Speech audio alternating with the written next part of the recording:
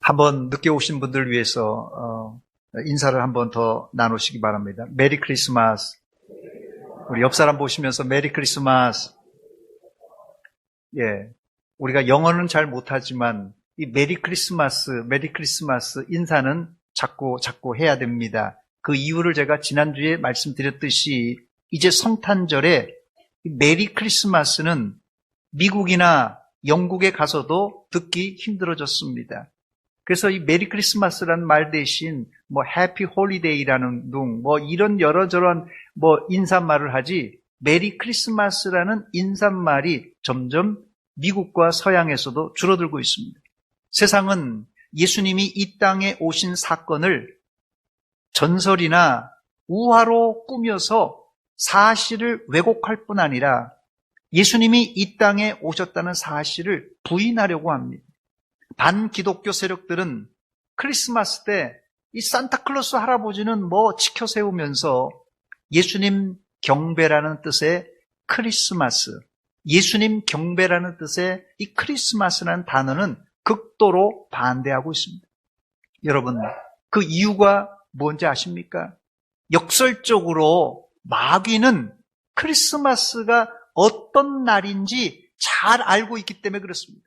마귀 사탄들이 예수님은 안 믿지만 예수님의 존재는 정확하게 알고 있습니다.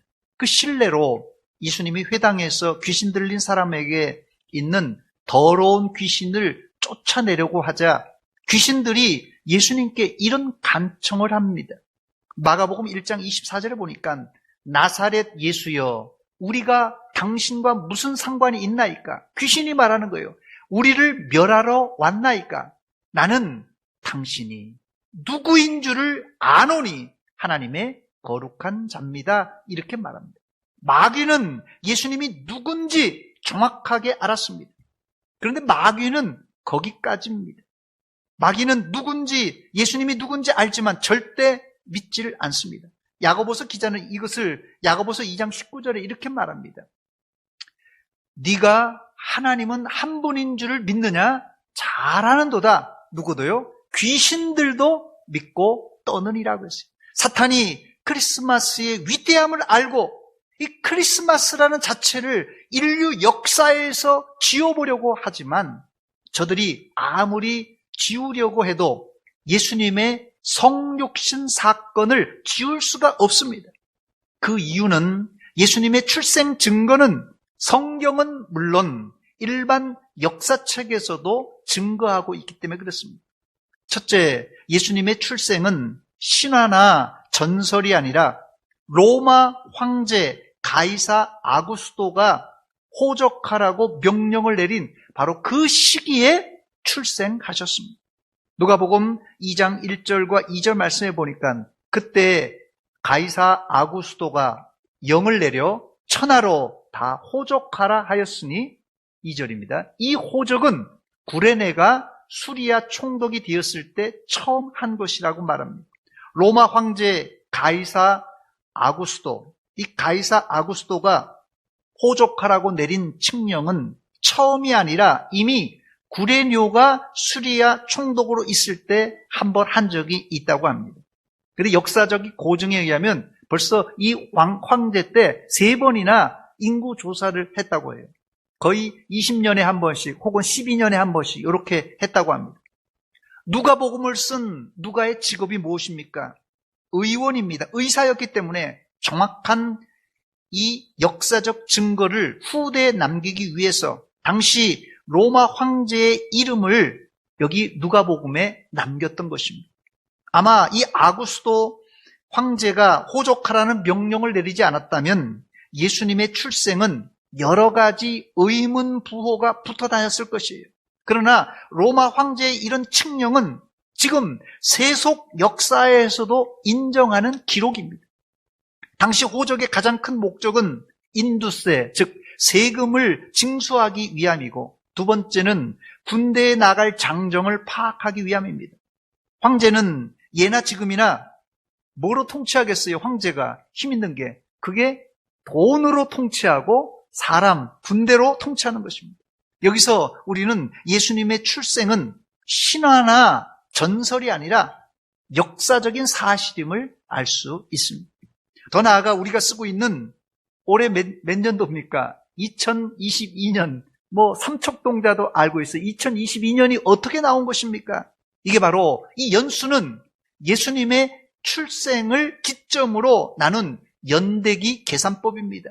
그래서 보통 전 세계에 쓰고 있는 BC와 AD로 나누는데요. 이 BC와 AD가 약자가 뭡니까?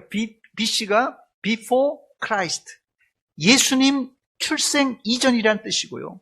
AD가 뭡니까? 이 라틴어로 이 아노 도미니라는 단어인데요. 이게 이 아노라는 말은 이 해란 말입니다. 한 해, 두 해 하는 해고요. 이 도미니라는 말은 이 주라는 뜻입니다. 주님이란 뜻이에요. 그래서 주님 출생 이후란 뜻입니다.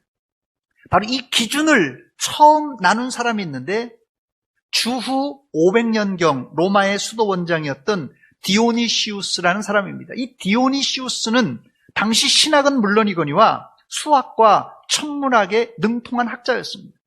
그러나 아쉽게도 지금으로부터 1500년 전, 여러분 지금으로부터 1500년 전은 우리나라 삼국시대에 해당되는 시점입니다.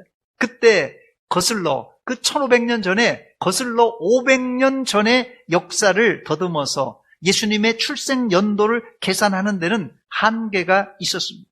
결국 디오니시오스가 계산한 예수님의 출생 연도는 작게는 2년, 많게는 6년의 오차가 발생했습니다. 그러나 여러분 역설적으로 1500년 전의 계산 방법으로 이런 근사치를 계산한 것은 비교적 정확한 측정이라고 볼 수 있습니다. 그래서 대부분 역사가들은 이 디오니시오스가 계산한 그 계산을 근거로 해서 오차를 이렇게 측정해 보니까 예수님의 출생을 기원전 주님 출생하기 전 이 5년, 6년경이라 그래서 이 대부분의 예수님의 출생을 이 BC 5년 혹은 6년이라 이렇게 추정합니다. 여기서 우리는 예수님의 출생은 단순히 전설이나 신화가 아니라 세상 역사에서도 증명이 가능한 너무나도 확실한 증거가 있는 사건임을 알 수 있습니다.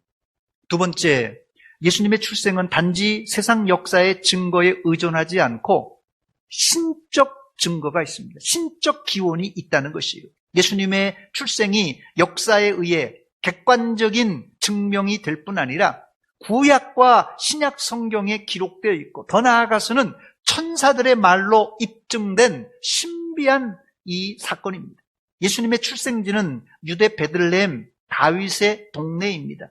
당시 예수님의 부모 요셉과 마리아는 어디 살고 있었습니까? 갈릴리 북쪽 이 나사렛에 살고 있었어요. 그런데 어떻게 이들은 수백 리 떨어진 남쪽 유다 베들레헴까지 와서 아기를 요즘 말하자면 원정 출산을 한 것입니까? 그 이유가 있죠. 앞서 말씀드린 대로 이 황제 가이사 아구스토가 고향에 가서 모든 사람은 호적을 하라 명령을 내렸기 때문입니다. 이때 만삭이 된 마리아는 나사렛에서 북쪽 갈릴리 근처의 나사렛에서 이제 길을 떠나 이 남쪽 베들레헴에 도착하여 출산할 장소를 찾았습니다. 그러나 마땅히 머무를 장소를 찾을 수가 없어서 결국 말구유에 아기 예수를 출산했습니다.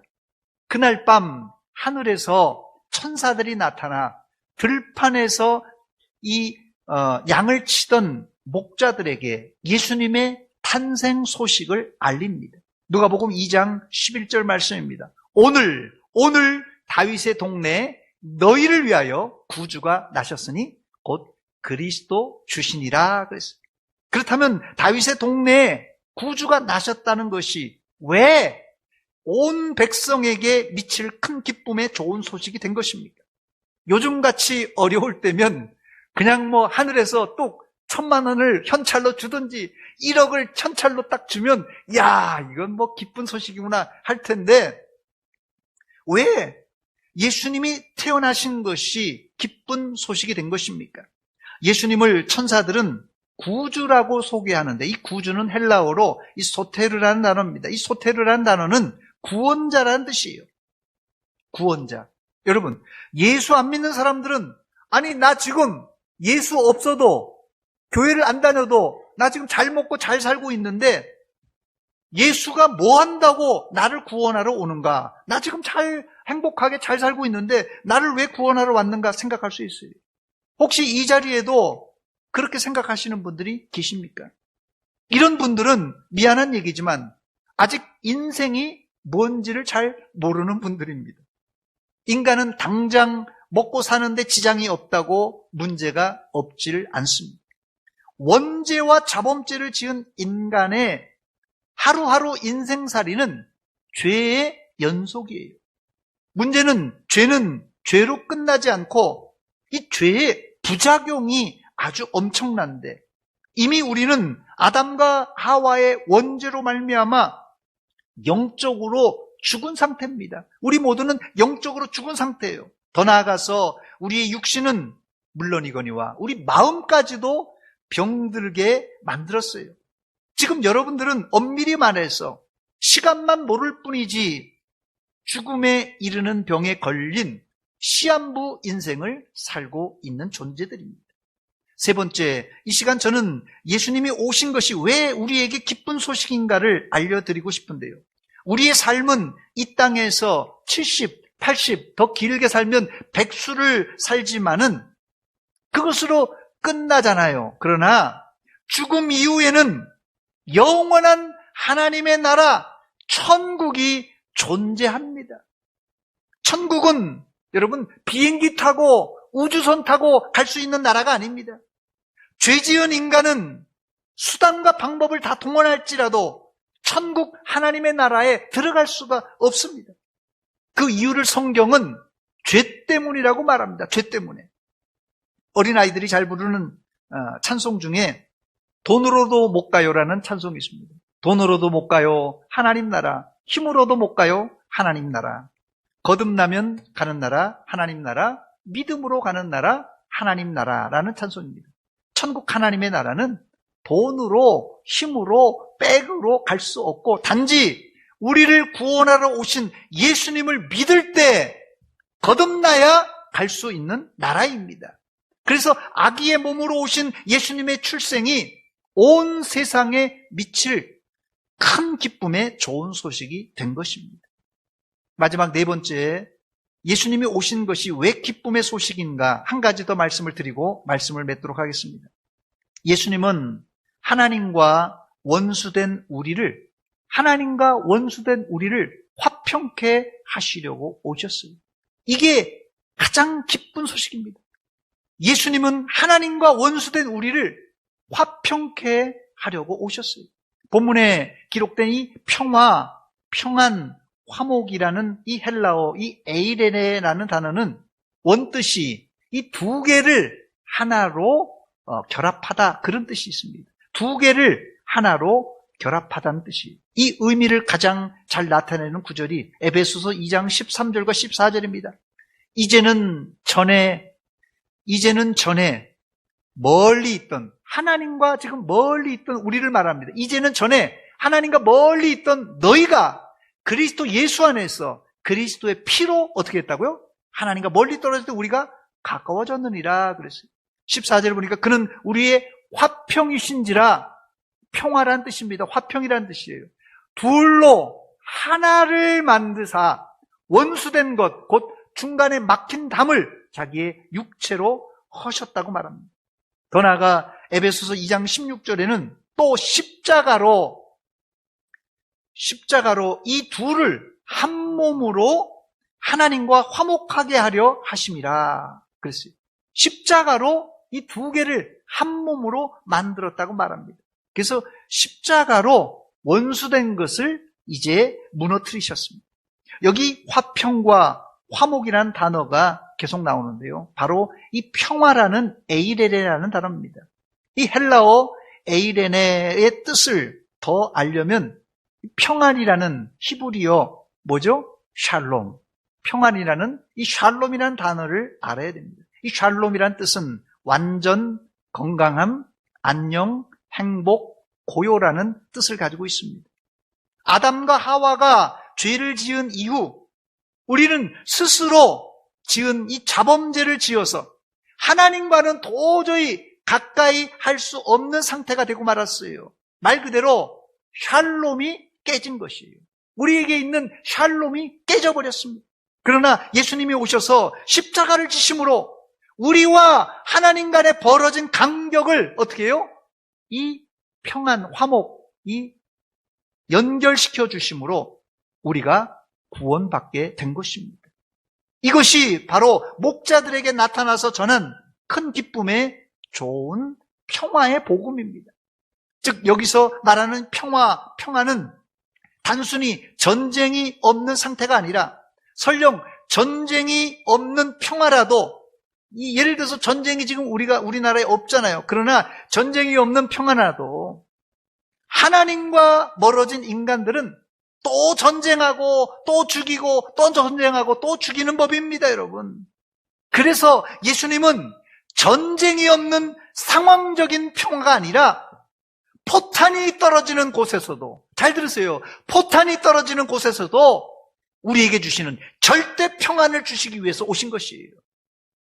이사야 9장 6절 말씀 보니까 이는 한 아기가 우리에게 낳고 한 아들을 우리에게 주신 바 되었는데 그의 어깨에는 정사를 메었고 그의 이름은 기묘자라 모사라 전능하신 하나님이라 영존하신 아버지라 평강의 왕이라 할 것입니다.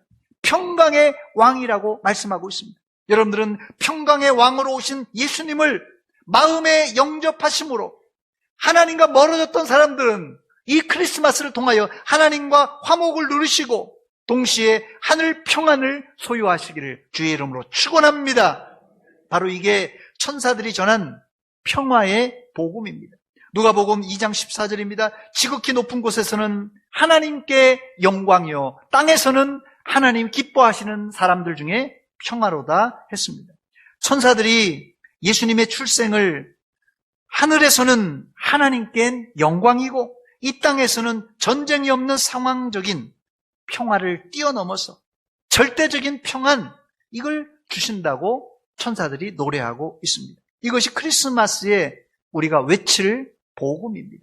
그러므로 예수님이 주시는 평안은 세상이 줄 수도 알 수도 없는 평안입니다. 반주 한번 주시고.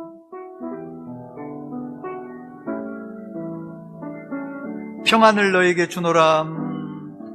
평안을 너에게 주노라. 세상이 줄 수 없는, 세상이 줄 수 없는, 세상이 알 수도 없는, 세상이 알 수도 없는 평안, 평안,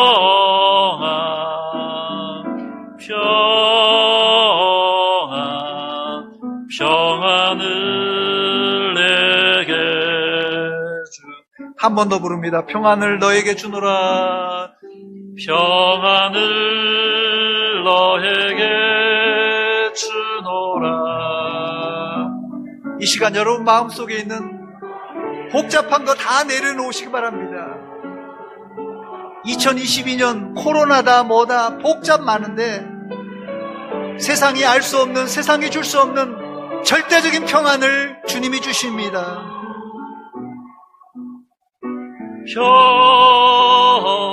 평안,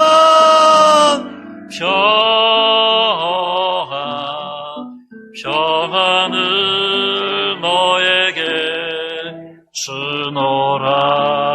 주노라. 할렐루야. 요한복음 14장 27절 말씀입니다. 평안을 너에게 끼치노니 곧 나의 평안을 너에게 주노라. 내가 너에게 주는 것은 세상이 주는 것과 같지 아니하나니 너희는 마음에 근심하지 말고 두려워하지도 말라. 그랬습니다. 이번 크리스마스에 예수님이 주시는 하늘 절대 평안이 여러분 개인과 가정, 우리 교회에 넘치시기를 주의 이름으로 축원합니다. 기도하겠습니다. 하나님, 우리 아버지, 코로나19로 세상의 사건, 사고로 얼마나 복잡한 세상을 우리가 살고 있습니까? 하나님, 이때 염려, 걱정, 근심을 주님께 맡기며 어떤 폭탄이 떨어지는 전쟁터에서도 주시는 절대 평안을 우리 마음에 주시옵소서. 이 평안을 주시기 위해서 성탄절에 크리스마스에 오셨는데 하나님, 그 아기 예수님을 우리 마음에 영접함으로 구원 곧 죄사함을 받고 천국의 자녀들 다 되게 하여 주시옵소서. 예수님의 이름으로 기도하옵나이다. 아멘.